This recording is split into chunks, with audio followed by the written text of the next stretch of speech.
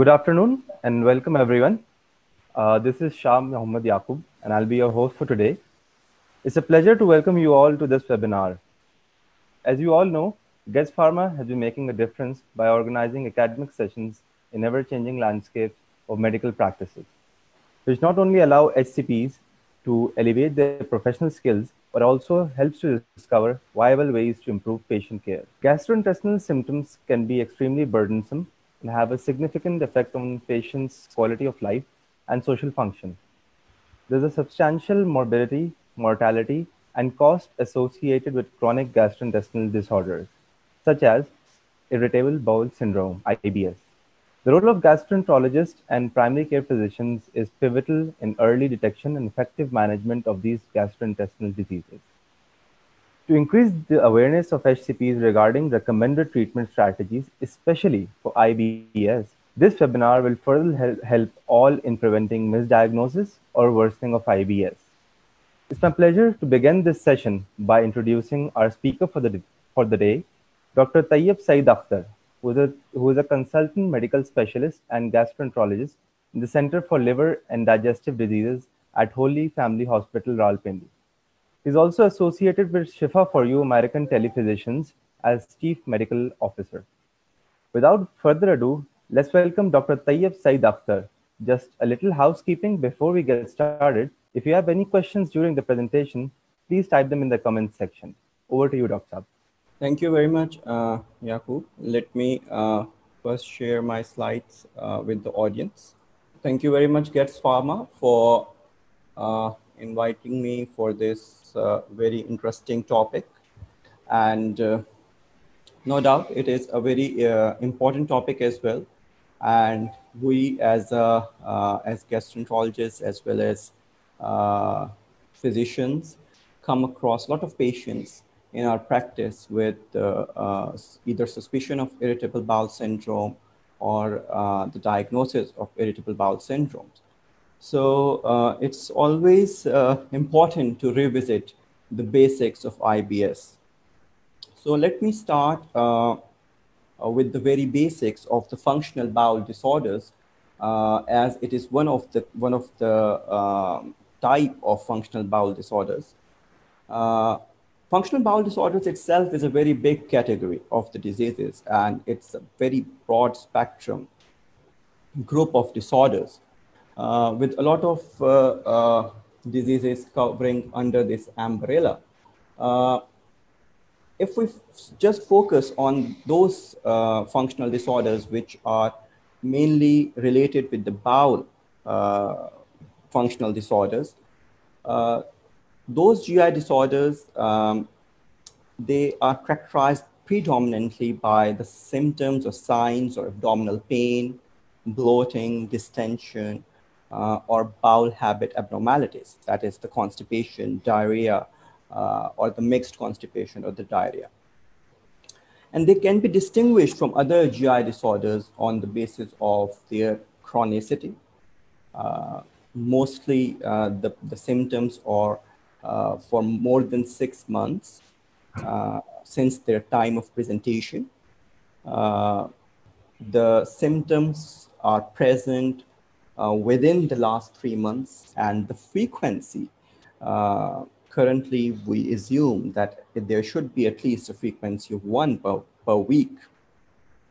And the most important, the foremost thing is that there should be absence of any obvious anatomical or physiological abnormality that must be ruled out to label the cause as a functional disorder.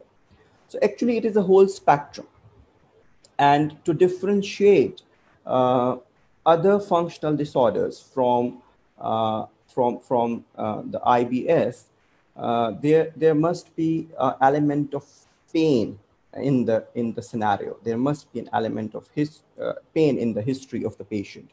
Otherwise, if there is no pain, then you can think of functional constipation, functional diarrhea, functional altered bowel habits. But if it is associated with pain, then you start labeling it as irritable bowel syndrome. As far as defining irritable bowel syndrome is concerned, the group of scientists are trying to define it for quite some time. And several criteria have been proposed, starting from the Manning criteria, then the Cruise criteria, and then the whole formulation came into being, the Rome formulation, and then they started proposing the criterias, and they were approved with the Rome 1, then 2, then 3, and now the latest we follow the Rome 4 criteria.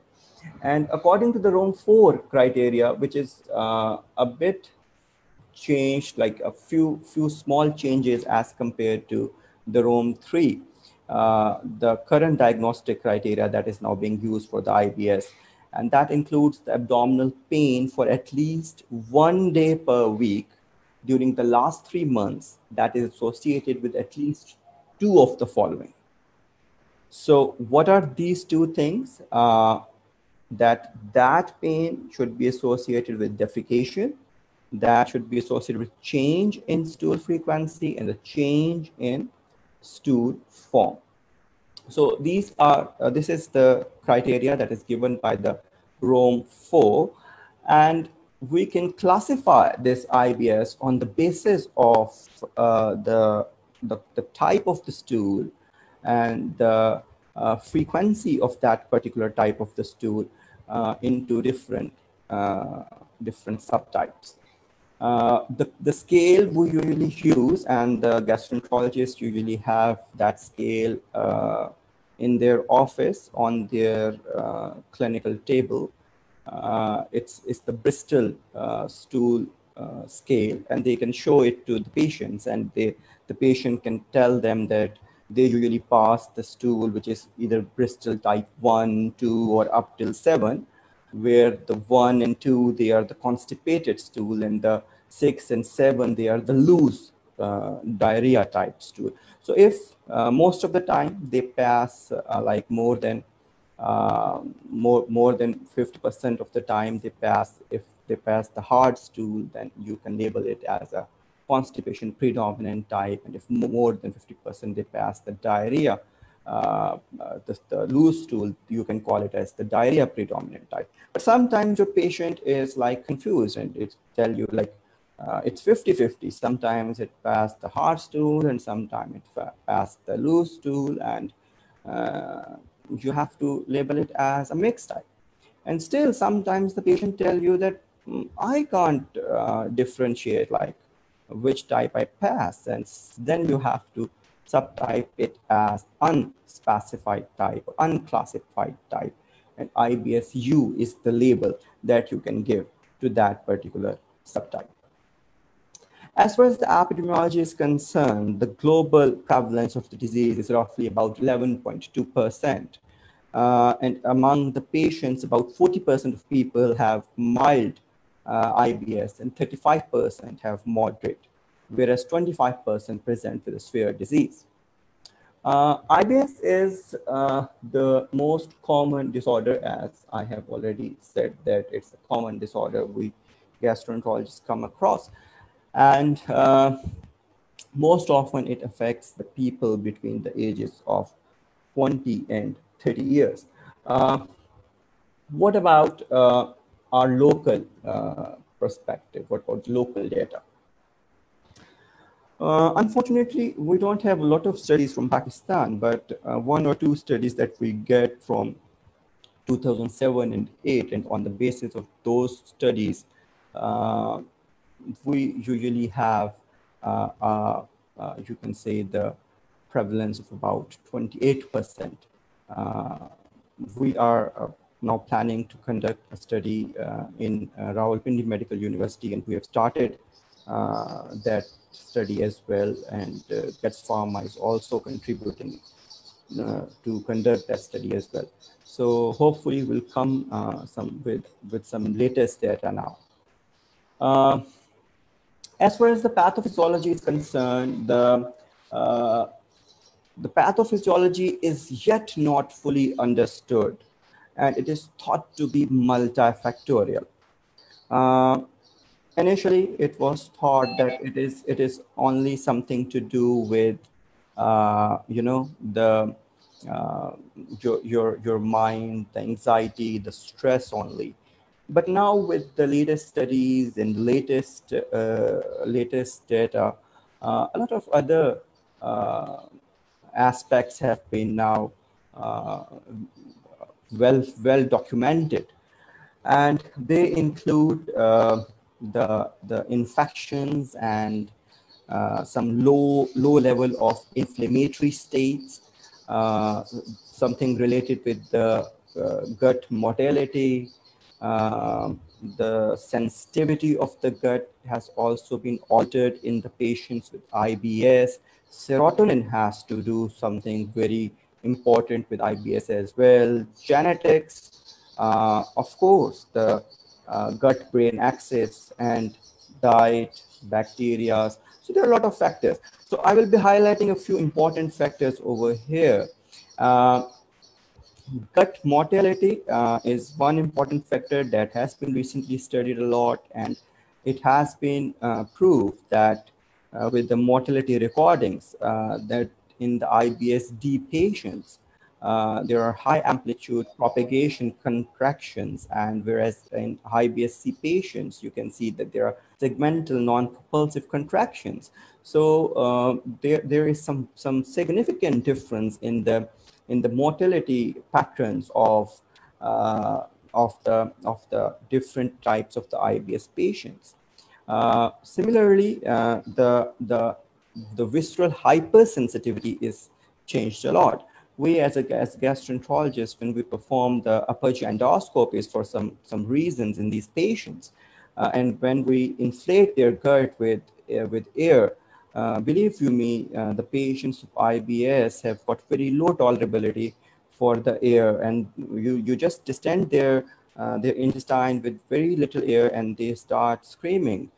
They are unable to tolerate it, and this has been proved as well with the experiments as well. And this was an experiment with rectal hypersensitivity check during balloon insufflation in anorectal manometry, and they have compared the IBS patients with the healthy controls, and you can very well see the marked significant difference between the two groups.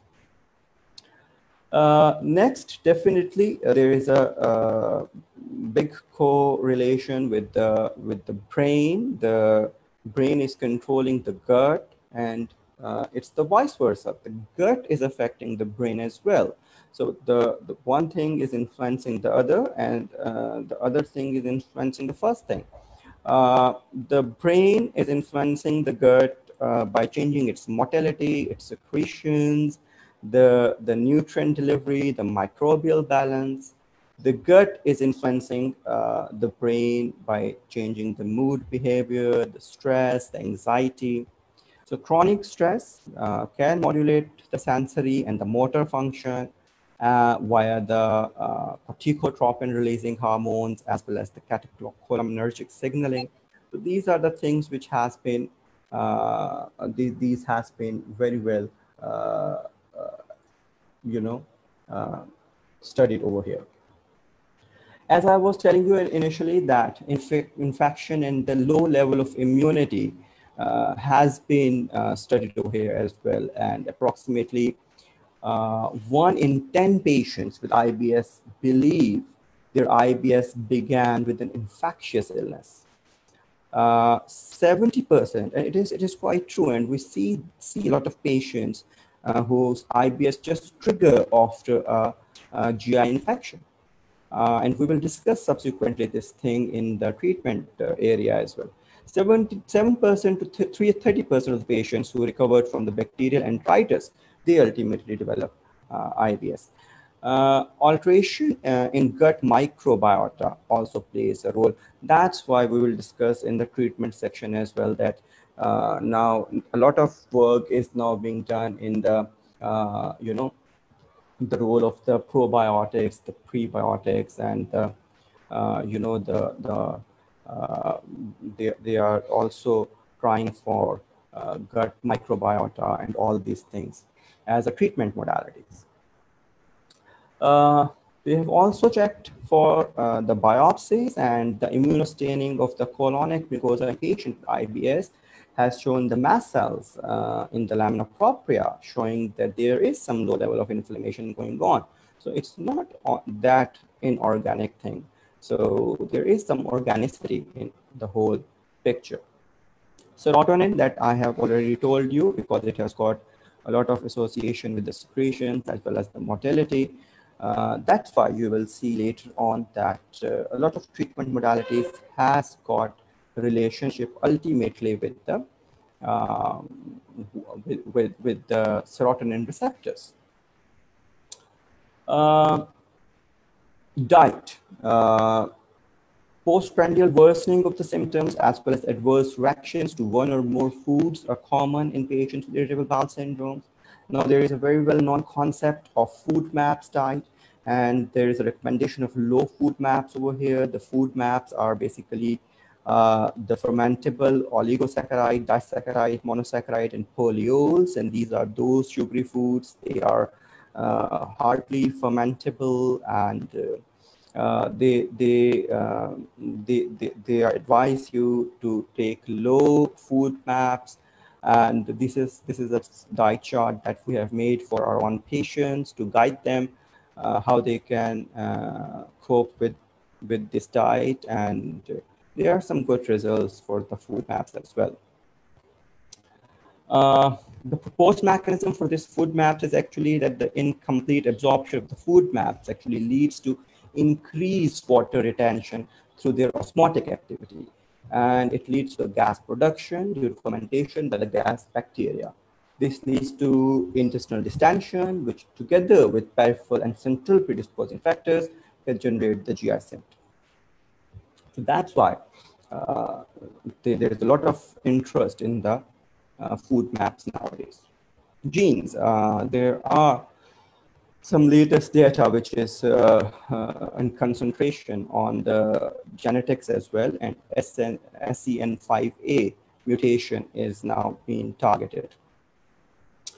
What are the clinical presentations? Usually the patients present with either abdominal pain, discomfort, as I've told you, the constipation, diarrhea, or an overlap, bloatment, gas. Even they show you a visible distension, feeling of incomplete stool evacuation, mucus in the stool. So these are the clinical pictures with which patient presents to you. What about the IBS Diagnostic Pathway? Actually, it is a diagnosis of exclusion. No doubt, we have a high index of suspicion based on the Room 4 criteria. But we have to be very cautious about any alarm features, like an age of more than 50 years. This is very unusual age for the person to start with the IBS for the first time. The blood in stool, anemia, fever, unintentional weight loss, family history of IBD, celiac disease, or C. colon, abdominal mass, or evidence of defecatory disorders. All these are alarm features. If they are not there, the criteria of Rome 4 is fulfilled. Just classify your patient according to the Bristol scale, and you can start treating your patient. Yet you should be having few important differentials in your mind. There is a huge list, but I would like to highlight one or two important differentials, especially in the diarrhea case. You must be keeping in your mind the celiac disease. That is one feature, one important differential that must be ruled out, because celiac sometimes can present with diarrhea, sometimes even it can present with no diarrhea, only few constitutional symptoms. Sometimes even it can present with constipation very rarely. So celiac is a must to rule out. The other things should also be kept in mind. The rule of thumb is that if you are thinking of IBS, you are treating on the lines of IBS, and your patient is not improving, do think of differentials. So what is the general approach for treating an IBS patient? General approach is predominantly symptomatic treatment. First of all, reassure your patient that the patient is not suffering from very serious illness. Uh, Ask the patient for the lifestyle modification, dietary restrictions, a good healthy exercise, uh, advise some good fiber in the diet, some bulk forming laxatives, um, then concentrate on the symptoms. Like if the patient's having more pain, think of some antispasmodics. Patients having diarrhea, think of antidiarrheals. Patient having constipation, think of treating the constipation. So what are the options I will be discussing in the next slide? So if the patient is complaining more of constipation, what options do you have? Fiber, top of the list. You can have other laxatives and bulking agents. There are some new drugs which are now easily available, the pro-secretory drugs like the lubiprostone, which is actually a chloride channel activator, and linaclotide, which is a guanylate cyclase inhibitor, and that is agonist, guanylate cyclase agonist. And these two drugs are now recommended in the guidelines as well. Then few new drugs which are now quite latest and has been approved, like prucalopride, which is actually serotonin 5-HT4 agonist, and tenapanor, which is actually a sodium hydrogen exchange transporter. It is another latest drug that has been worked a lot recently for IBS-C patients. If your patient is having more symptoms of the diarrhea, then you can think of the fiber over here, the anti-diarrheals. You should avoid long-term use of loperamide and the bismuth salicylates, because otherwise your patient will get used to it. The mu opioid receptor agonist, aloxadoline, that is a new drug that is also approved, and that has got some comparable results with loperamide. Serotonin HT3 receptor antagonist, alocetrone, it's now in use for quite some time with precautions. Probiotics and antibiotics, rifaximin, I will be highlighting it in a couple of slides as well. So these are the options for constipation and the diarrhea. As I've said that the gut-brain axis is involved, and so the antidepressants have a role as well, not only to manage the pain, but the bloatment, anxiety, depression related with the IBS as well. The two categories, the tricyclic antidepressants that work better with IBS-D because it decreases the small intestine transit and improves the diarrhea, and the SSRIs, which increases the small intestine transit, and that is better in the IBS-C patients. In summary, the best thing is to identify the key patient characteristics, educate your patient, reassure your patient, optimize your treatment according to the symptoms, and then ask for a follow-up. Because it is very important to have a follow-up. If your patient is not improving, think of the alternatives. That is very important. Now let us quickly go through a few updates in the management and diagnostics. Few things few are approved and are in the guidelines, few are yet to be approved, or more studies are to be considered.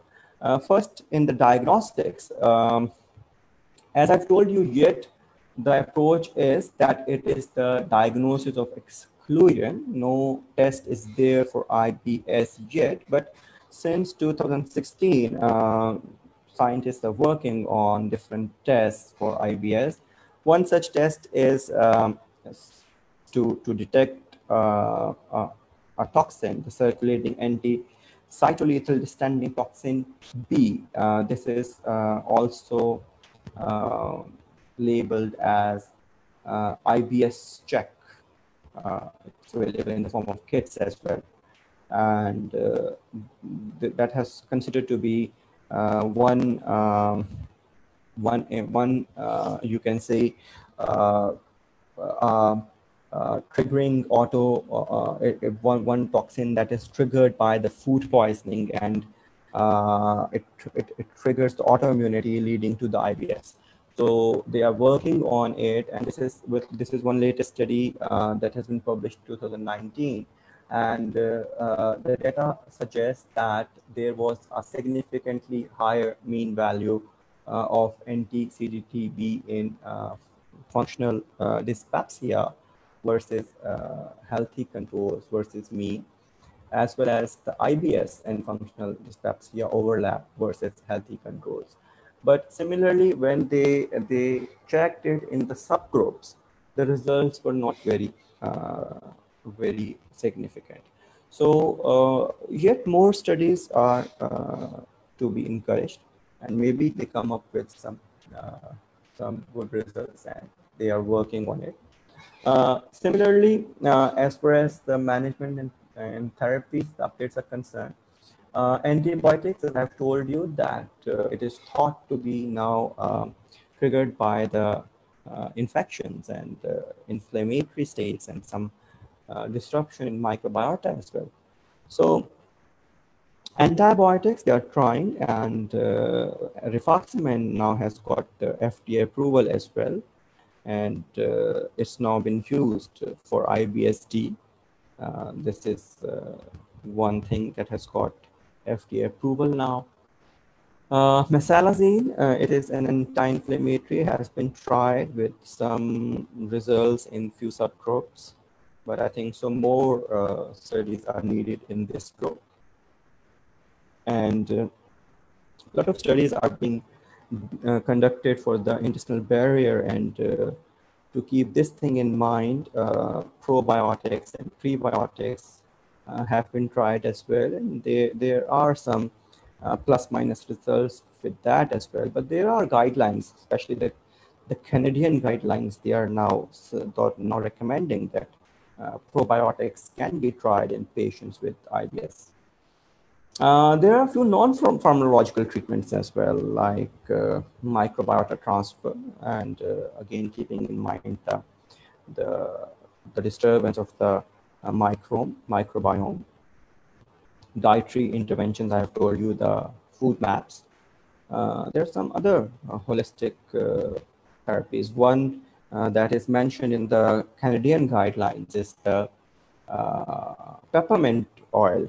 That is the one that we use a lot in our traditional medicine, the podina, the oil of that peppermint is now in the guidelines as well. So some traditional remedies are now as well, and few traditional remedies are also being tested on the pharmacological level as well.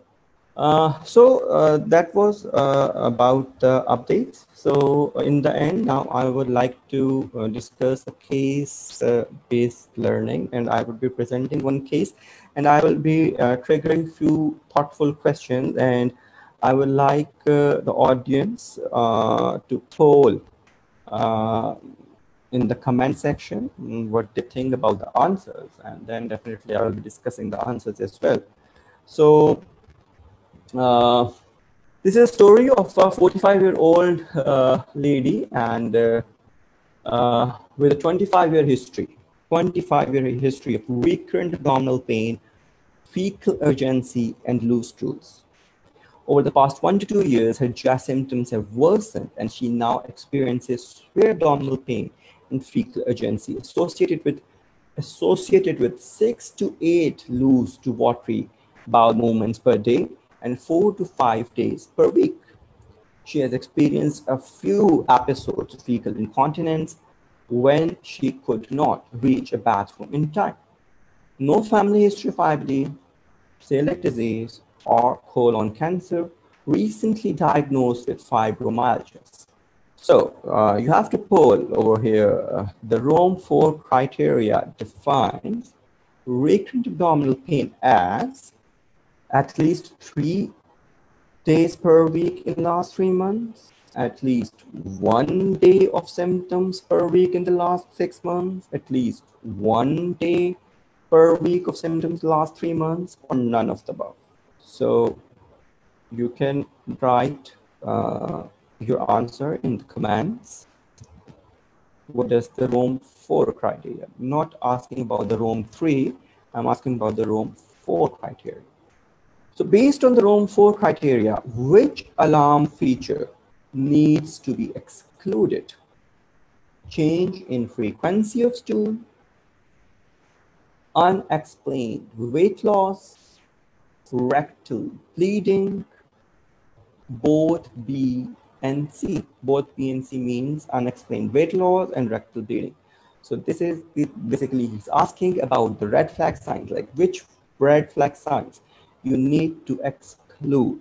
So you can write in your comments which red flag signs should be excluding as per Rome 4 criteria.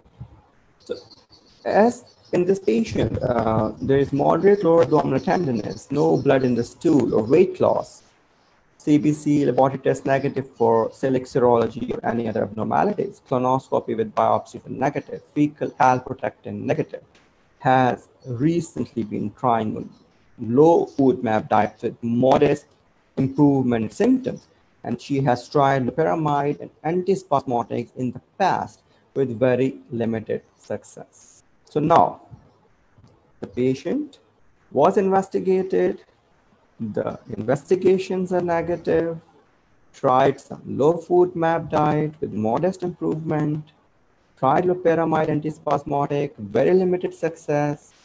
So the question is, what other information you need to make a diagnosis and why? Do you want to know the dietary habits? Do you want to know the social history? You want to need to both the things or none of the above? You can write your answer in the comment sections. Actually, both dietary habits and social history is important. And okay, before I describe why it's important, let us now quickly review the previous answers as well, as most of you would have answered by the time. So let us, if you just look at the case, and as I've told you, the Rome 4 criteria is at least 1 day per week of symptoms in the last 3 months. So that was the right answer. And based on the Rome 4 criteria, but one very important thing over here, that still the history should be more than 6 months. So this is important. But in the last 3 months, patient should be having at least 1 day per week in the last 3 months. Okay. Which alarm symptoms features needs to be excluded? You need to exclude both B and C, as both are the red. As the patient's investigation ruled out all the important negatives. So still you need to know about the dietary habits as well as the social history. And why is that important? Because both of them can be triggering the IBS features. So what about the history? What does she tell you? There is no addiction, no other notable dietary habits. Symptoms have worsened in recent years in conjunction with increased stress in her professional and personal life. Symptoms, specific anxiety due to severity and unpredictability of her symptoms, exhibits somewhat slack affect. Job requires a lot of travel, and she worries about prolonged travel because she needs to be near a bathroom. She now misses work several days per month. So this is the anxiety factor in her whole scenario that is really worsening the symptoms for her. What is the differential diagnosis? Are you still thinking of inflammatory bowel disease? Can you still be thinking of the celiac disease? Can you still be thinking of stress, anxiety-induced diarrhea, or irritable bowel syndrome? You can answer your suggestion or answer in the comment section now. Actually, as I've given you the algorithm, the Rome 4 has been fulfilled. The alarm symptoms, the red flag signs are ruled out. So you must be thinking of IBS. That should be the topmost differential. One thing that still can be considered amongst differential is the microscopic colitis, because that is one thing in which the colonoscopy is negative, but biopsies are also negative. Biopsies need to be positive for that. So if the biopsies also comes out to be negative, then you can exclude microscopic colitis. But still, with a normal colonoscopy, microscopic colitis can be kept in mind. But in this patient, the topmost differential should be IBSD. So what should be included in the management of her symptoms? Patient education and reassurance, lifestyle and dietary modification, pharmacological management, all of the above. So I think it's quite simple for you now. You can answer in the poll your comments. As I've told you, reassuring the patient is the topmost thing, because that would work to better manage your symptoms. Establishing a therapeutic patient-provider relationship is very important, because if you won't reassure your patient, you won't be able to build a rapport with your patient. Your patient won't be able to trust you. It is very difficult to treat such difficult cases. It is important to discuss the learning to better manage symptoms and improve daily functioning is a more realistic expectation than anticipating complete resolution of symptoms. So try to relieve her symptoms. The patient should consider continuing her low food map diet, but a consultation with a dietitian should be recommended to ensure she is meeting her nutritional requirements and to help gradually reintroduce certain foods into her diet. Because keep in mind that you can't give a low food map diet for an indefinite period of time, because a low food map diet for a very long period of time can itself disturb the microbiota of the gut, and that can itself trigger the IBS. So usually we recommend low food map for about 4 weeks, and then we recommend intentional exposure of the food maps after 4 weeks. So this is also very important while managing the patients through diet. While considering the pharmacological treatment, you have to consider all the different options for the IBSD, as the patient is having more symptoms of the diarrhea. So do consider different options. You can still try for rifaximin that has been approved by the FDA. You still have other options as well that has been approved by the that has been either not yet been approved by the FDA, but if they are available according to that particular regional availability, can be tried as well. Okay, so in the end, the take-home message is usually the approach in the IBS is important. So as a lot of young people may be watching me as well, so the important thing is that to label IBS, one should be very cautious, because if you have wrongly labeled an IBS patient who is actually having some underlying organic disease, is a disaster. So my take-home message is actually based on this simple algorithm that I have extracted from the Canadian guidelines, and I really appreciate them. And it's a very latest updated guidelines from 2019, April. And it's a very good approach that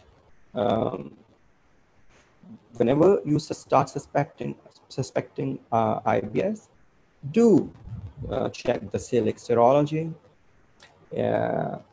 do rule out the red flag signs, and if they are negative, Start with the soluble fiber, try peppermint oil, try antispasmodics, focus on the predominant bowel habits. If the patient's having IBS-D, encourage low food map diet, probiotics, TCAs. This is another drug, which is a new drug, aloxidolene. Then cognitive therapy or hypnotherapy can be tried. IBS-M or IBS-U, low food maps, probiotics, TCAs. IBS-C, linaclotide is on top now in the guidelines, SSRIs, lubiprostone, and then the cognitive therapy. So this is, you can say, कि दरिया को कूजे में बंद करने वाली बात है. This is the take-home message, you can say, or the algorithmic approach. And take-home message from my end. Thank you very much. And now I would be very happy to take any questions from the audience. Over to Yaqub. Thank you so much, Dr. Saab. So we have some questions right now with us. Firstly, there's a question, how probiotics are useful for IBS-D patients?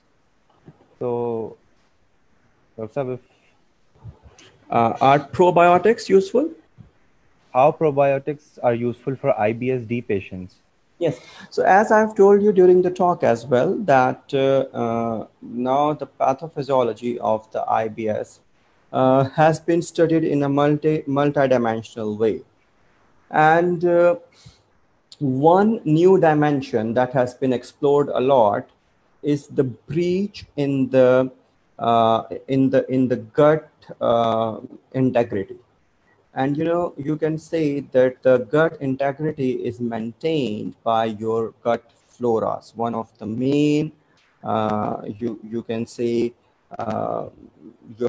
your one of the frontline support of your gut is your natural floras. They are fighting for you. So it is thought that the disturbance in that flora somehow contribute in the IBS.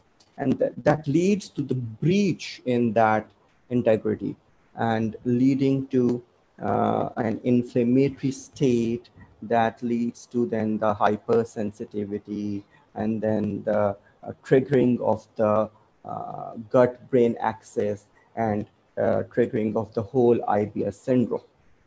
So with this concept, they are now working on these probiotics, and several randomized controlled trials have been run as well with few good results as well. And even the prebiotics have been tried as well. But the important thing is that as people are all, and you can see that even with the same concept, the antibiotics are also it has been approved by the FDA, and we have discussed about the rifaximin. So one important thing is that if you are giving a combination, there should be a gap between the two, at least 2-hour gap between the two, if you are prescribing both these things together. So, and as I've told, that Canadian guidelines, the latest 2019, they are now supporting the role that you can try probiotics in IBS-D patients. Thank you so much, Dr. Saab. We have another question. Can relaxation therapy, exercise, or counseling help prevent IBS-D? Yes, it's not only about IBS-D, any type of IBS. And I think so, the algorithm that we have discussed, that whenever you have to manage IBS patient, you have to start with the reassurance, you have to start with the lifestyle modification. And the lifestyle modification involves the dietary modification and a good exercise. Exercise somehow releases some very good hormones inside your body, and that has got some very good effect on your gut, brain-gut axis. Similarly, relieving the stress has got some good effect, and there are studies on cognitive and behavioral therapies as well. And the guidelines are now recommending these therapies, including the stress relieving therapies for IBS. And it's not for only IBS-D, even other types of IBS like IBS-MU, IBS-C, you can also try these. Okay, Dr. Saab, we have another question. Uh, Considering antibiotics resistance, can Lamictal rifaximin be given to all patients with diarrhea? Okay, actually, rifaximin has got one good thing, one good property, that it is a non-absorbable antibiotic. Um, Antibiotic resistance itself is a big dilemma. It's not only there with rifaximin, it's out there, and it's not only in the picture of diarrhea. It's out there, I think so, in all the other infections, and especially in countries like Pakistan, we are really contributing a lot in creating antibiotic resistance by prescribing over-the-counter medications and undue antibiotics. That is a big concern. That is a big concern to me as well, and it should be a big concern because ultimately that can end up in a threat.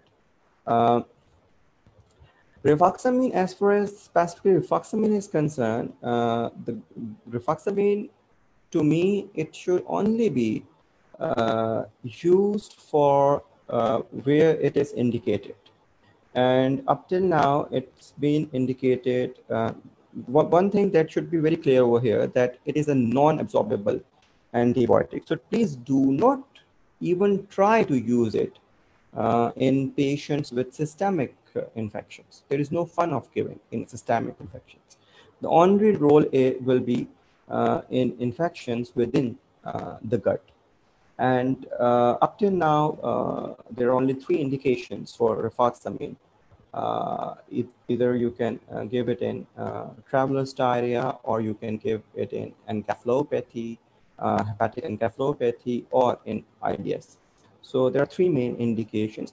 There are a few trials going on in disorders like SIBO, small intestinal bacterial overgrowth, and things like that, but yet it's not approved. So one should be very cautious while prescribing the antibiotics. They should be given to the right patient for the right indication. And it's not only for this particular thing, it's for all the infections. Thank you, Dr. Saab. We've got a really good question, Dr. Saab. It's a myth or reality that IBS-D cannot be treated for life. The symptoms can be minimized for a specific time, but they reappear again. Okay. Yes, actually, there is evidence of reappearance of symptoms, or you can say relapse of IBS, and this is quite true in IBS. But it is not like this, that it's always with each and every case. The data suggests that there is a lot of diversity in the clinical picture of the IBS, the clinical follow-up of the IBS patients. And you can find patients with very good follow-up, with very few relapses, even remissions for the lifetime even. And you can find patients who are very resistant, who relapse a lot, and who are very difficult to treat. So it's not a picture that fits for everyone. One picture that fits for everyone. There's a lot of variation, and I think so. As the disease pathophysiology has got multi-factors in its occurrence. That's the basic reason that the clinical picture, which we see in reality, has got quite variation. So one thing is that if one patient has frequent relapses doesn't mean that every patient will have the same picture. So yes, the possibility is there. We see patients a lot with a lot of relapses, but it is not the case with every patient. So you can generalize this statement for everyone. Very well explained, Dr. Saab. We'll have another question from a person. Do IBS patients never eat regular spices based on food?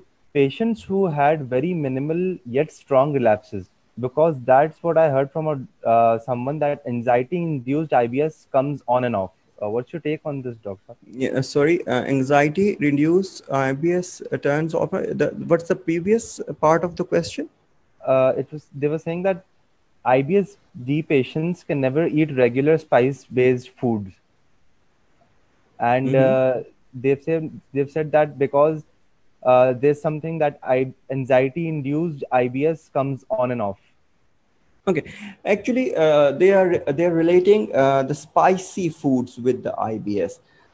So as we were saying in the very first, I was saying in the very first one or two slides that the functional bowel disorders is a big term, and in reality, we find a lot of patients with the overlap.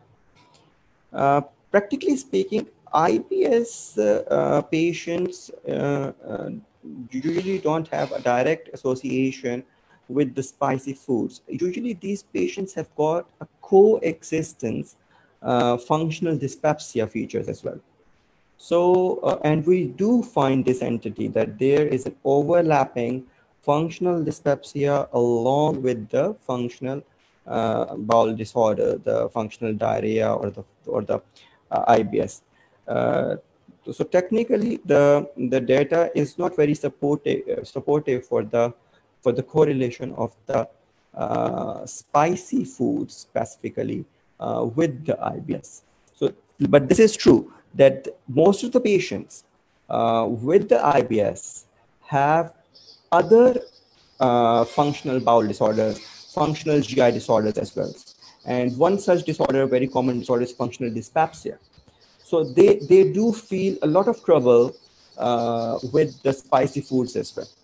And they start correlating the two things as well. So actually, it's not the IBS that worsens, it's that functional dyspepsia of theirs that worsens with the spicy food. Thank you so much, Doc Sab. I think we don't have more questions. So let us come to conclude our session.